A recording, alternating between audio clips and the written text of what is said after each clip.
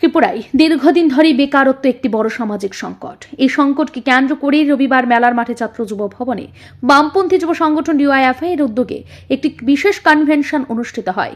কর্মসংস্থানের দাবিতে আয়োজিত এই যুব কনভেনশনে রাজ্যের বিভিন্ন প্রান্ত থেকে আগত যুবকর্মীরা যোগ দেন।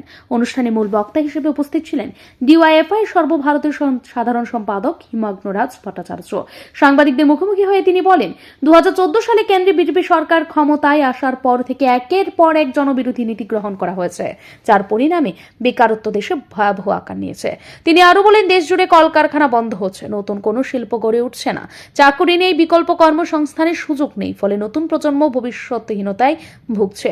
ত্রিপুরার প্রসঙ্গে হিমগ্ন রাজ্য বলেন, 2018 সালে রাজ্য বিজেপি সরকার ক্ষমতায় আসার সময় যেসব প্রতিশ্রুতি দিয়েছিল, বিশেষত চাকরির প্রতিশ্রুতি, তা আজও বাস্তবায়িত হয়নি।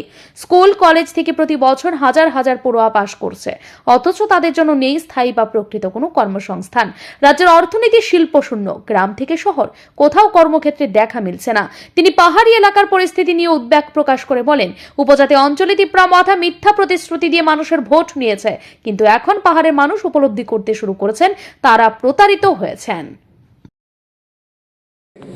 বিজেপি ক্ষমতায় আসার পর থেকে আমাদের ভারতবর্ষ জুড়ে কর্মসংস্থান এখন আর সমস্যা না, এখন সংকটে পর্যবসিত হয়েছে। আপনারা জানেন যে দেশ স্বাধীন হওয়ার পরে শেষ 50 বছরে সর্বোচ্চ বেকারত্বের হার এই নরেন্দ্র মোদীর আমলে, এবং ডবল ইঞ্জিন সরকারের কথা বলে বিজেপি।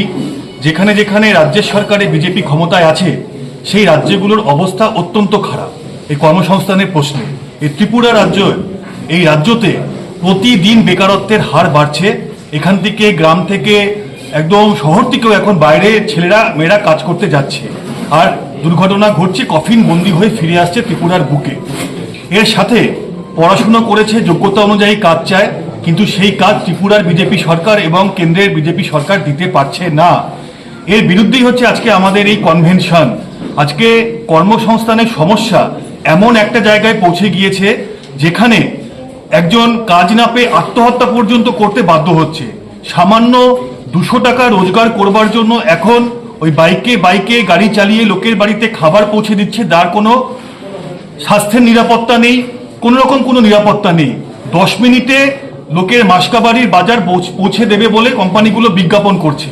ওই 10 মিনিটের মাঝে মাসকাবাড়ির বাজার বাড়িতে পৌঁছতে গিয়ে রাস্তায় যদি সেই ছেলেটার বা মেয়েটার অ্যাক্সিডেন্ট হয়ে যায়, তার দায়িত্ব কোম্পানিও নিচ্ছে না, কোম্পানিকে নিতে রাজ্যের সরকার বা কেন্দ্রের সরকার বাধ্য করছে না।